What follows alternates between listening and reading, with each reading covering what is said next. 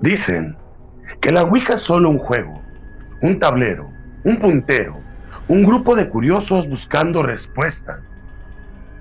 Eso es lo que dicen. Pero nadie habla de lo que pasa después. Nadie habla de la primera noche en que no puedes dormir. De los pasos que escuchas cuando la casa está sola. Del momento en que empiezas a pensar que algo se quedó. Dicen que la Ouija es peligrosa, que abre puertas, que deja entrar cosas, que si no dices adiós, algo se queda contigo. Pero antes de que fuera maldita, antes de que fuera prohibida, antes de que diera miedo, la Ouija nació de la curiosidad por saber qué hay más allá. Nació en una época donde miles de personas buscaban tener conexión una última vez con alguien que ya no estaba aquí. No nació de la oscuridad, nació del duelo. Y esta noche vamos a corregir la historia, porque incluso el origen de la Ouija está lleno de errores. Errores que se repiten, errores que se cuentan mal, errores que han convertido un objeto histórico en un mito incompleto. Hoy reabrimos, o mejor dicho, volvemos a abrir el baúl del misterio para retomar un tema que tiempo atrás quedó inconcluso, un tema que merece volver a ser visitado, un tema satanizado, tan enigmático como oculto, porque si bien es posible encontrar respuestas científicas, hay otras que simplemente no las tienen. Antes de comenzar, no olviden suscribirse, activar la campanita, dejar su comentario, reaccionar y compartir. Eso me ayuda bastante. Mi nombre es Rafael Elcir Enríquez y sean ustedes bienvenidos a El Baúl del Misterio.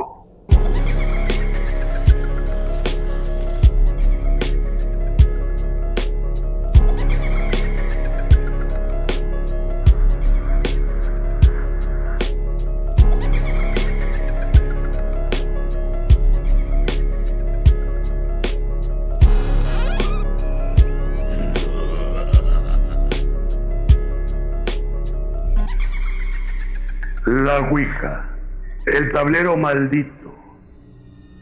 Mucho antes de que existiera la Ouija, la gente ya intentaba hablar con los muertos.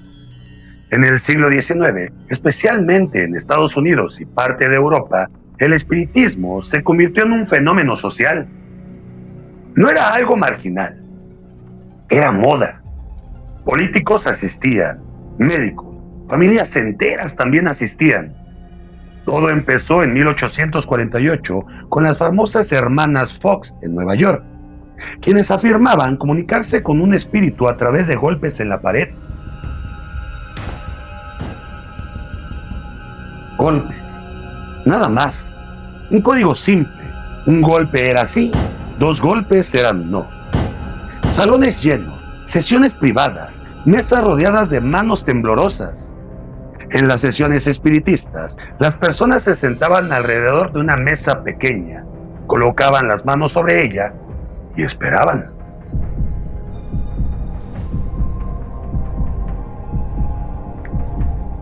La mesa vibraba, se inclinaba, giraba. Algunos aseguraban que levitaba. Este fenómeno se conocía como las mesas parlantes.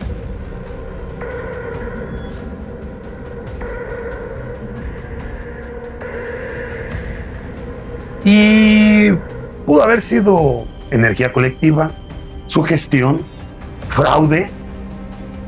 Algunos médiums afirmaban que el espíritu no necesitaba letras visibles. Decían que podían usar su cuerpo directamente. Tomaban un lápiz, cerraban los ojos y dejaban que la mano se moviera sola. A esto se le llamó escritura automática. Aquí es donde comienza a aparecer el fenómeno que más adelante la ciencia llamaría efecto ideomotor. Movimientos involuntarios que parecen externos, pero que nacen dentro. Pero décadas después, En 1888, Margaret Fox confesó públicamente que todo había sido un fraude. Dijo que los golpes eran producidos por ellas mismas, chasqueando las articulaciones de sus pies. Sin embargo, años más tarde, Margaret se retractó, diciendo que había confesado bajo presión y por dificultades económicas. Entonces, ¿qué quedó? ¿Qué fue lo que pasó? ¿Qué fue real y qué fue fraude? Pero el movimiento espiritista ya era enorme. La confesión no lo destruyó. Muchos creyentes dijeron que el fraude era solo un caso, pero que los fenómenos reales sí existían. Porque el espiritismo nació con un golpe en la pared y sobrevivió, incluso cuando ese golpe fue desmentido. Y es que el espiritismo, en teoría, debía morir ese día, pero no fue así. No murió, porque el deseo de escuchar a los muertos era más fuerte que la confesión. Y mientras en América los espíritus golpeaban paredes, en Europa estaban aprendiendo a escribir. Verán, a mediados del siglo XIX, en Francia, comenzó a popularizarse un pequeño artefacto de madera. Tenía forma de corazón o lágrima, dos pequeñas ruedas y un lápiz insertado en uno de sus extremos. Se llamaba planchet y, de hecho, no hay un único inventor documentado con patente clara como en el caso de la Ouija. Su creación fue más bien una evolución dentro de los círculos espiritistas franceses, influenciados por figuras como Allan Kardec. La idea era simple. El medium colocaba los dedos sobre el planchet y lo dejaba moverse libremente sobre una hoja de papel.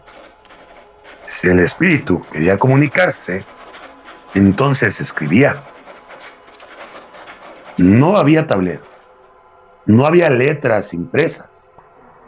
Había trazos irregulares que luego eran interpretados. Y aquí es donde aparece algo fascinante. Por primera vez, el supuesto mensaje no dependía de golpe, ni de movimientos de mesa. Dependía de un objeto móvil bajo la mano humana. El planchet no señalaba letras, las creaba. ¿Y por qué es tan importante esto en nuestra historia? Verán, porque cuando más adelante aparezca la Ouija comercial, lo que realmente heredará no será la mesa ni los golpes. Será el principio del planchet, un objeto que se mueve bajo tus dedos, un intermediario físico, un vehículo. Desde la psicología moderna, esto se explicaría como un efecto idiomotor, micromovimientos musculares inconscientes. Pero en el siglo XIX, eso no existía como explicación popular. Lo único que existía era la sensación de que algo más estaba moviendo la mano. Porque la Ouija no inventó la comunicación con espíritus, no inventó el contacto. Lo que hizo fue simplificarlo. Tomó el planchet francés, tomó las letras de las sesiones americanas y las convirtió en un producto, en un juguete. ¿Y cómo es que llega el planchet a Estados Unidos? Verán, desde Francia pasó rápidamente a Inglaterra y posterior a Estados Unidos. Ya ahí comenzó a venderse comercialmente hacia finales de 1860 y principios de 1870. Uno de los primeros fabricantes y promotores conocidos en América fue Kirby Despenser, quien comenzó a producir y vender planchetes como artículos espiritistas populares. Ya no era solo un objeto ritual, era un producto comercial. Se anunciaban en periódicos como herramientas para comunicarse con espíritus. Pero, como toda buena historia, siempre hay un problema. Y verán, el problema del planchet era lo siguiente. La escritura automática generaba trazos ilegibles, mensajes confusos, interpretaciones subjetivas. Era lenta, imprecisa y dependía mucho del medium. Y aquí es donde viene el punto clave. La gente quería respuestas claras, letras definidas, palabras concretas. Y para esto, en 1880, en Baltimore, el espiritismo seguía siendo popular. De ahí, un empresario llamado Charles Kennard vio algo clave. La gente pagaba por sesiones espiritistas, pero no todos podían contratar mediums. Entonces surgió la idea. ¿Y si cualquiera pudiera comunicarse sin un intermediario? La idea y la innovación fue combinar tres cosas ya existentes. El alfabeto diseñado en una superficie fija, el planchet, pero sin lápiz. Palabras claves impresas, sí y no. Eso elimina la escritura ilegible. El planchet no escribe, señala. Eso convierte el fenómeno en espectáculo colectivo inmediato. Y entonces viene esta pregunta. ¿Cómo es que surge la idea de esta tabla parlante? Verán, no fue revelación, fue evolución comercial. El planchet ya existía, las letras ya se usaban, la demanda ya estaba. Lo único que faltaba era unirlo en un solo objeto portátil. Es más industrial que sobrenatural. Y eso es lo perturbador, porque significa que el tablero no nació de un ritual oscuro. Nació en una sala de empresarios viendo una oportunidad de negocio. La Ouija no fue inventada por un medio en trance. Fue diseñada por hombres de negocios que entendieron algo simple. El dolor vende. Y verán, es que cuando una sociedad vive pérdidas masivas, aumenta el deseo de contacto, consuelo, confirmación de vida después de la muerte. El mercado responde a necesidades colectivas. Primero fue el espiritismo tras la guerra civil, donde murieron más de 600,000 personas.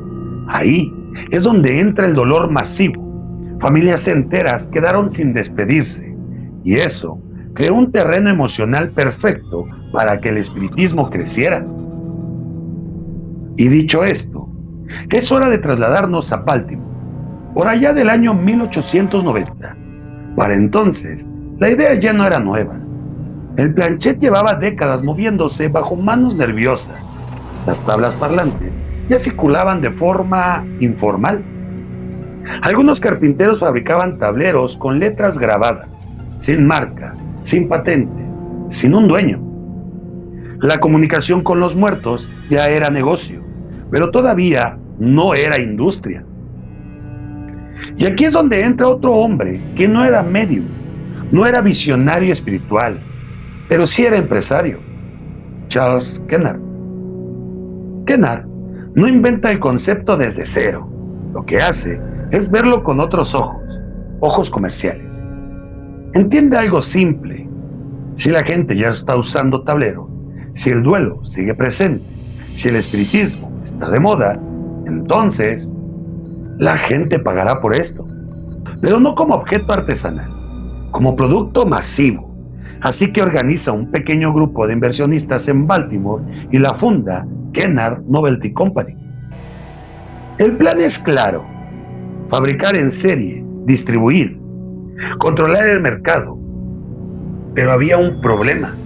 Si quieres vender algo a gran escala, necesitas protegerlo legalmente.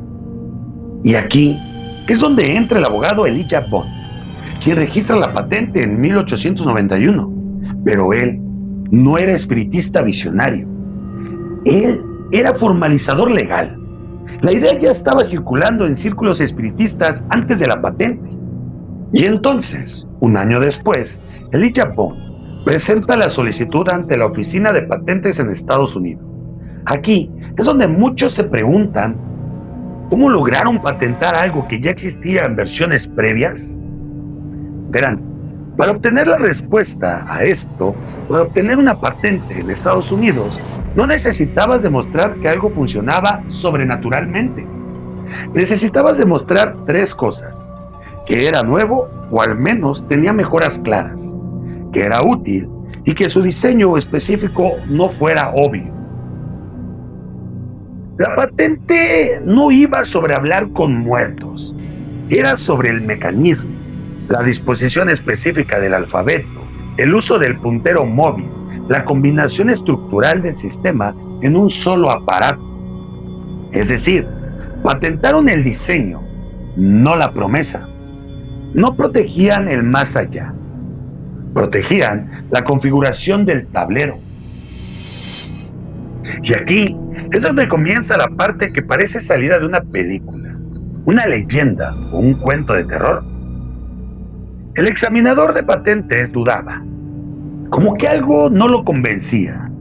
Entonces, Bond habría dicho algo más o menos así: si el tablero realmente funciona, puede decirle su nombre, pero no el nombre de pila, el segundo nombre que nadie conoce.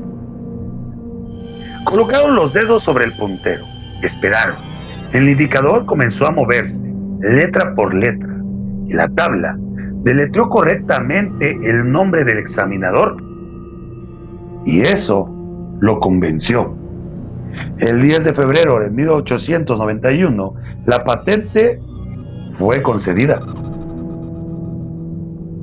Pero es importante decir que la patente no describe un portal, no habla de espíritus comprobados, describe un aparato de entretenimiento, un juguete. Y esa palabra lo cambia todo. Porque si lo hubieran presentado como herramienta sobrenatural verificable, habrían querido pruebas imposibles. Pero como artefacto recreativo, era perfectamente patentable. No tuvieron que demostrar que hablaban con muertos, solo que era un mecanismo original. La patente no protegía lo paranormal, lo que protegía era el negocio. Pero en medio de este trámite de la patente, había un detalle que quedaba por resolver: su nombre. Porque un producto sin nombre es solo un objeto, sin identidad, sin fuerza propia. Según la historia más contada, una mujer llamada Helen Peters estaba probando el tablero con el planchet sobre la superficie recién creada. Era su primer contacto serio con él. La sala estaba en silencio. Así que hicieron la siguiente pregunta: ¿cómo deberíamos llamarte?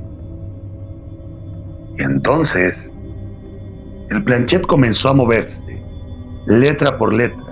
Deletreó una palabra que nadie esperaba: O-U-I-J-A.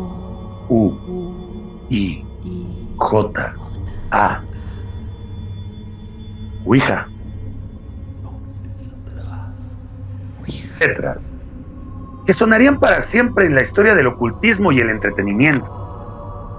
Los presentes, sorprendidos, preguntaron al tablero: ¿qué significa? La autonombrada Ouija respondió con naturalidad: buena suerte. Y así, de manera casi poética, o tal vez profética, el tablero deletreó su nombre y su primera interpretación. Un nombre, un mensaje, una promesa de conexión y de misterio. Y aunque algunos creen que la Ouija combina idiomas como oui, que viene del francés sí, o ya, que viene del alemán sí, como un sí universal, afirmando que estaban listos para responder, para conectar, para existir en el mundo de los vivos y los muertos, otros dicen que fue pura coincidencia, que alguien guiaba los dedos, que todo fue una interpretación posterior. Pero ahí está lo perturbador. Cuando el tablero dice su nombre, no necesita explicación. Se está presentando y nadie puede olvidar ese momento. Porque el tablero no pidió permiso, no preguntó si estaba bien ser llamado, simplemente dijo su nombre. Con él prometió buena suerte y así comenzó su leyenda.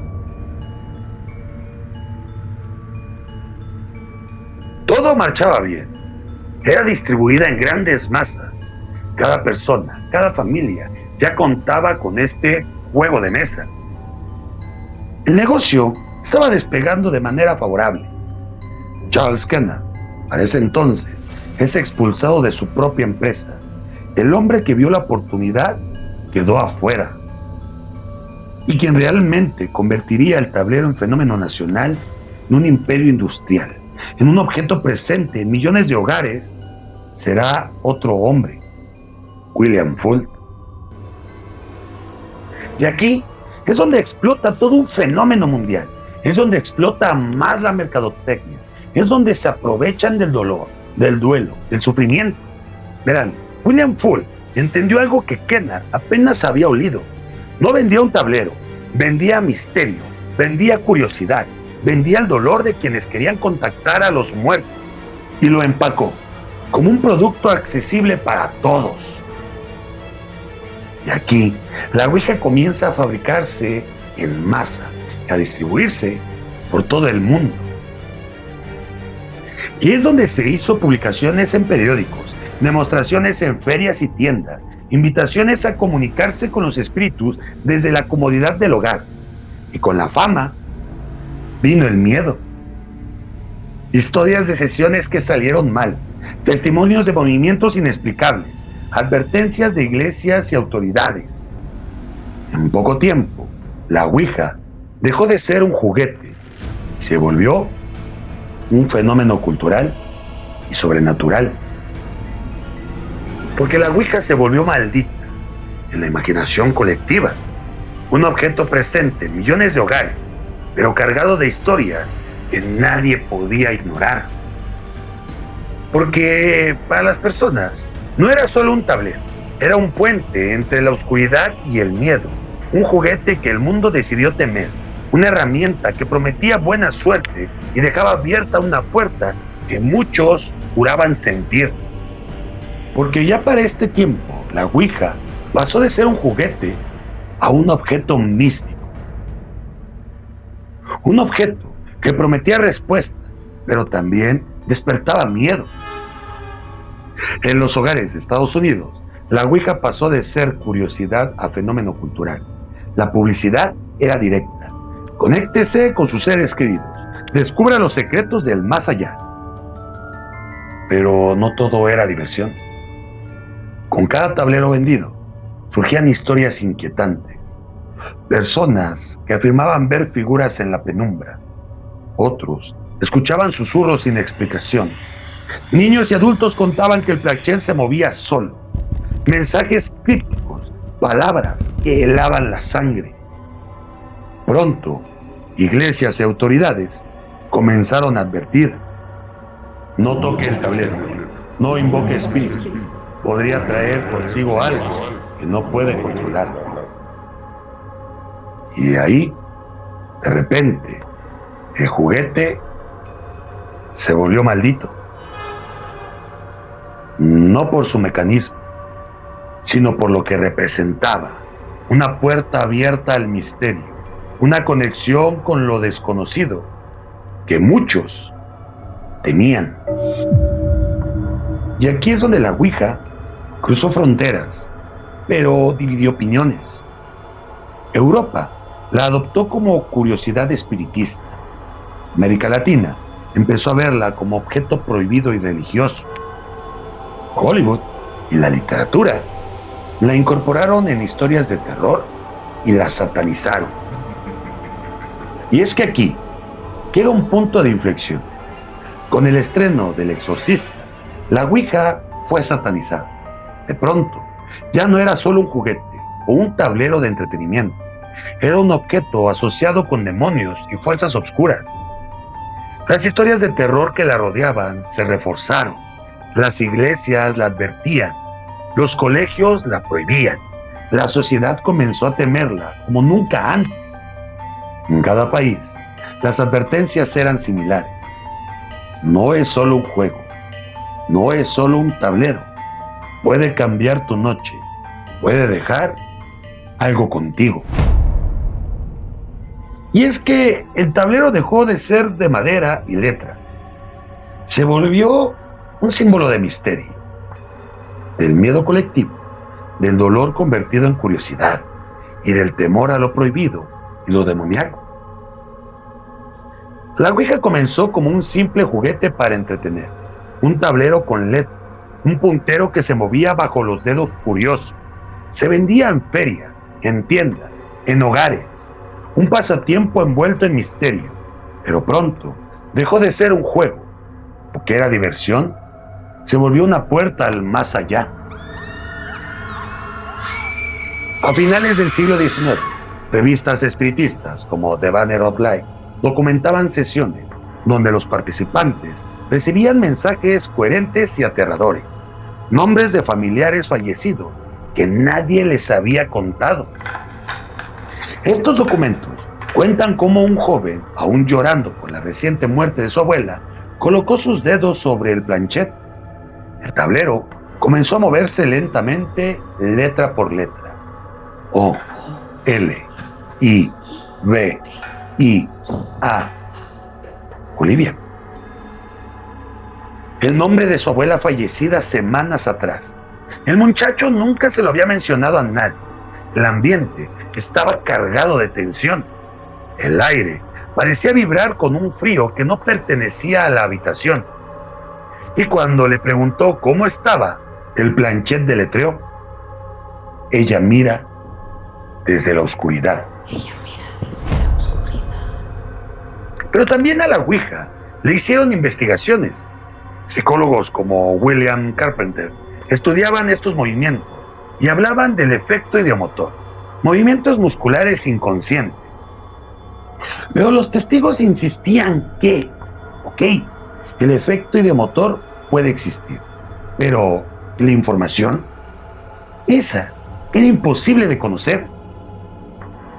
Nombres, hechos, recuerdos secretos, como si algo más estuviera detrás de la mano humana.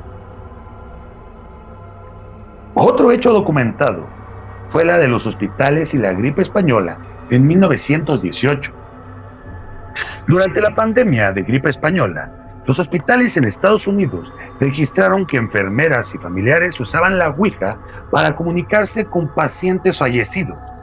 Cartas y diarios documentaban mensajes aterradores. Tu hijo ya no sufre. Tu hijo ya no sufre, pero camina entre las sombras. Otro mensaje decía: ella te observa desde el otro lado. Cuidado con lo que deseas. Y otros más: no todos los que se van regresan tranquilos. No todos los que se van regresan tranquilos. Se dice que en algunas sesiones el planchet se movía tan rápido que los dedos de los participantes apenas podían seguirlo. Se escuchaban susurros.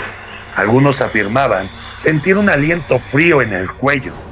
Otros notaban que el puntero señalaba nombres que nadie había preguntado, secretos que nadie podía saber, dejando a los presentes en un silencio absoluto, roto solo por el raspado del planchet sobre la madera. Y así, aunque la Ouija nació para entretener, aunque fue patentada como juguete, muchas manos la han tocado, buscando respuestas imposibles. Y algunas han encontrado algo que nunca olvidarán. Porque incluso hoy, aunque digas adiós, aunque la guardes en un cajón, algo de lo que allí se deslizó, tal vez nunca te deje ir. Y ahora, te pregunto a ti, ¿te atreverías a jugarla? ¿A poner tus dedos sobre el puntero, esperando que algo invisible responda? ¿La has jugado alguna vez? ¿Sientes que algo se quedó contigo después de la sesión? ¿Cómo explicamos las respuestas que nadie conocía? Porque sí, el efecto ideomotor hace que el planchet se mueva sin que lo toques. Puede ser. ¿Y la información? Porque, ¿cómo explicar los nombres de los familiares fallecidos? Secretos que no compartiste. Información que nadie pudo saber. ¿Es un fenómeno psicológico, mental, sugestión colectiva, simple casualidad? O tal vez hay algo realmente detrás, en lo oculto, que no podemos tocar ni con la ciencia, ni comprender con la lógica. Porque ahí es donde radica el terror y la fascinación. No importa cuántas explicaciones racionales demos, al final, la Ouija sigue dejando puertas abiertas. Porque la Ouija no solo mide la oscuridad, mide el miedo, la duda, quizá, solo quizá, lo que se atreve a responder no siempre pertenece al mundo de los vivos. ¿Sabían esta información sobre la Ouija? ¿Sabían sobre su fabricación? Y yo sé que estás ansioso de conocer historias relacionadas con la Ouija, pero esas las dejaremos para los siguientes episodios, porque cada historia es digna de tener un episodio propio dentro del baúl del misterio. Pero es importante y crucial que conozcas la historia de la Ouija. ¿Por qué? Porque más adelante, en el contenido de YouTube y de las redes sociales, posiblemente estaremos jugando la Ouija en vivo. Y sé que puedes tener más información sobre este tablero. Sé que puedes tener discrepancias entre la historia y los hechos narrados. Si es así, te invito a colocarlos en la cajita de comentarios. Si es necesario sacar una tercera parte de este tablero, con gusto lo estaría haciendo. Doy gracias a todas las personas que me han estado apoyando lo que es este proyecto en la plataforma de YouTube y de audio, donde pueden escuchar el podcast del Baúl del Misterio. También los invito a participar todos los jueves en la plataforma de TikTok, en la sección El Confesionario del Misterio, donde estaré contando historias de terror, de experiencia propia, o de personas que me han hecho llegar sus relatos por medio del WhatsApp o las redes sociales. Pero como estaré en vivo, tendrás la oportunidad de poderte conectar conmigo en la plataforma de TikTok para narrarme en tiempo real tu historia paranormal más aterradora. Todos los jueves en punto de las 9 de la noche. Me complace también avisarles que retomamos la sección Historias Reales Paranormales, pero en esta ocasión será en vivo. ¿Por dónde será transmitido? Por el canal de YouTube. Es por eso y es importante que me sigas en mis redes sociales. En Facebook me encuentras como Rafael El Cid Enríquez y la página de Facebook se llama El Baúl del Misterio Oficial. En Instagram estoy como El Cid-Enríquez y en TikTok como @baúlmisterio-el Cid. Y sin más por el momento, me despido de ustedes, no sin antes comentarles lo siguiente. Mantengan sus ojos abiertos y su mente curiosa. Esto fue El Baúl del Misterio.